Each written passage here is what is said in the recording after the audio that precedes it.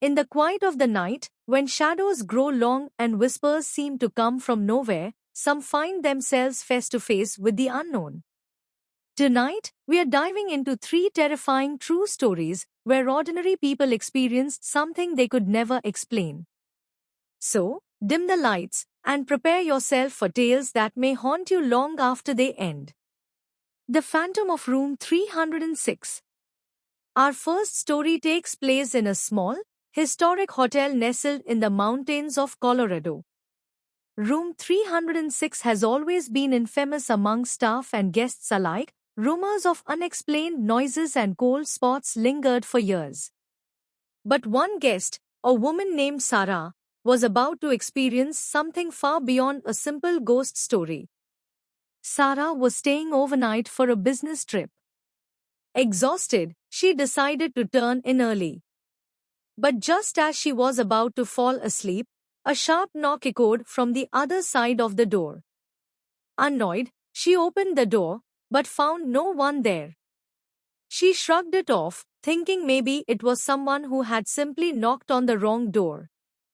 But just as she lay down again, another knock. This time, louder and more insistent. Sarah felt a chill creep over her. She knew she'd locked the door, and yet, a feeling of unease washed over her, as if someone was standing just inches away. Trying to shake it off, she got back into bed and closed her eyes. But then, the bed shifted. As though someone sat down right next to her. Frozen in terror, she lay there, eyes squeezed shut, heart pounding. After what felt like an eternity, she gathered the courage to reach for the lamp. But as she turned it on, there was nothing. The room was empty, silent, and untouched. Sarah left the hotel the next morning without looking back. She never found out what, or who, visited her that night. To this day, room 306 remains the hotel's most requested and feared room. The Figure in the Mirror. Our next story takes us to a quiet suburban home, where a woman named Carla moved in with her young daughter. Carla noticed nothing unusual at first, until she found her daughter talking to someone in the bathroom mirror. She dismissed it as an imaginary friend. After all, children often have active imaginations. But one night, while brushing her teeth, Carla felt an overwhelming sense of dread. She glanced in the mirror and saw a shadow standing behind her, just for a split second. She turned around, heart racing, but there was no one there. Over the next few weeks, Carla began seeing that same shadow more frequently, always in the mirror, always just for a split second. But what truly terrified her was her daughter's description of her imaginary friend, a tall, dark figure with hollow eyes, who only came out at night. Desperate, Carla reached out to a local paranormal investigator, who agreed to visit the house.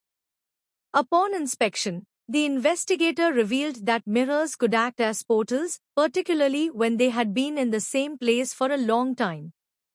The mirror in Carla's bathroom, it turned out, had belonged to the house's previous owner, who died in that very bathroom. After removing the mirror, the sightings stopped. Carla never saw the figure again, but every now and then, when she closes her eyes, she swears she can feel its hollow gaze watching her. The Haunting of Hollow Creek. Our final story takes us deep into the woods of Hollow Creek. Known for its dense trees and eerie silence, it's a popular hiking spot by day, but once the sun sets, even the bravest locals avoid it. Kyle, an experienced hiker, decided to spend a night camping there, despite the warnings. Kyle's night started peacefully. He sat by the fire, listening to the distant hoots of owls. But around midnight, he heard faint singing, like a lullaby. It was faint at first, but grew louder, closer. Kyle's curiosity got the better of him, and he followed the sound deeper into the woods. As he walked, the singing became distorted, almost mechanical, until he found himself at the edge of an old, abandoned house. The windows were shattered, and the walls seemed to sag with age. But through one of the broken windows, he saw a figure, a young girl in a white dress, swaying back and forth, humming the tune. Kyle froze, his flashlight flickering.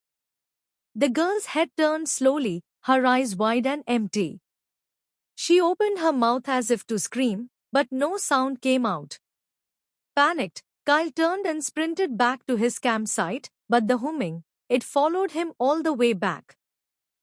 He spent the rest of the night with his tent zip tight, clutching his flashlight, and counting the hours until dawn. When he finally emerged, he found his campsite surrounded by small footprints leading back into the forest. Kyle never returned to Hollow Creek, and he warns anyone who will listen, whatever you hear in those woods, don't follow it. These stories are a reminder that sometimes what we fear most is lurking just out of sight, waiting for the right moment to reveal itself. Thank you for joining us in this exploration of the unknown. If you enjoyed tonight's stories, consider subscribing for more chills and thrills. Until next time, sleep tight.